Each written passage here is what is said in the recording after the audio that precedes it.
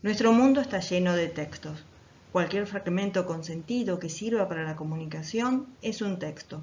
Así, una película puede ser considerada texto.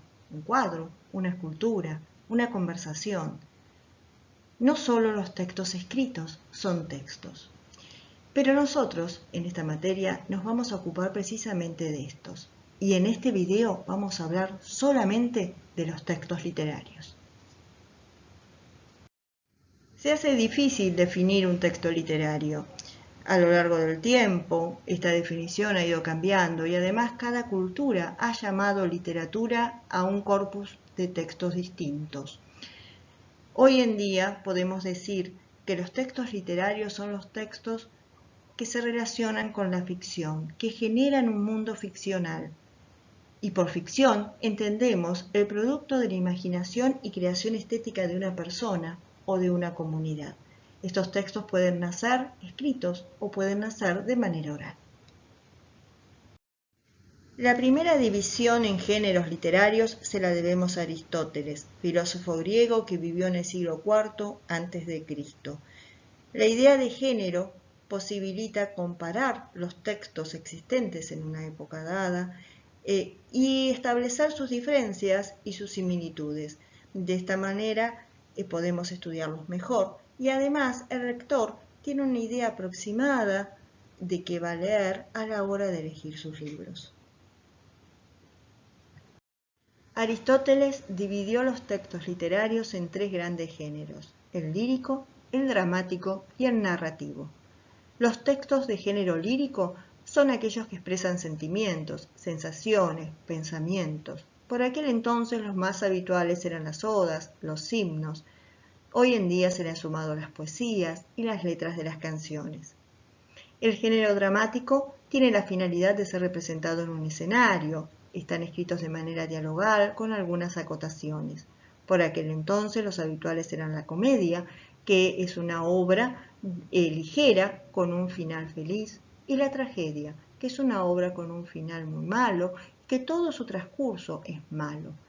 Hoy en día hay una mezcla de ambas que se llama drama y que es una obra que transcurre alegremente y termina mal, o al revés, transcurre mal pero termina bien. Y el género narrativo, por último, es aquel que cuenta historias. Son historias relatadas por un narrador.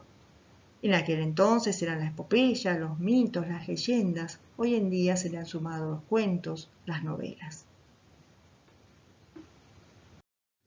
En este video nos vamos a dedicar puntualmente al género narrativo. A los mitos, las epopeyas, debemos agregarle las leyendas, el cantar de gesta. También el cuento es esa historia corta que generalmente puede leerse de un tirón, que tiene pocos protagonistas y un solo conflicto.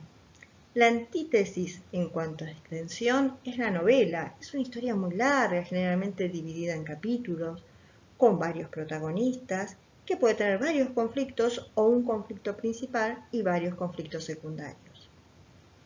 En el medio de ambas, por extensión, está la nouvelle, demasiado larga para ser considerado cuento y demasiado corto para ser considerado una novela convencional. También se la llama novela corta. Y además tenemos el microcuento. Son cuentos muy cortos que a veces suelen tener solo 2 o 3 líneas. Ya sea cuento, microcuento, novela o nouvelle, podemos dividirlas de acuerdo a su relación con la realidad. En realistas son aquellos textos que generan un efecto de realidad. El lector, al terminar de leerlos, se queda pensando que eso puede haber sucedido de verdad. El fantástico es aquel que genera la duda. Nos parece que es un cuento o una novela realista y de golpe aparece algo que nos hace dudar. Nos preguntamos, ¿qué pasó acá? Y el maravilloso es aquel texto que escapa a la lógica de la razón.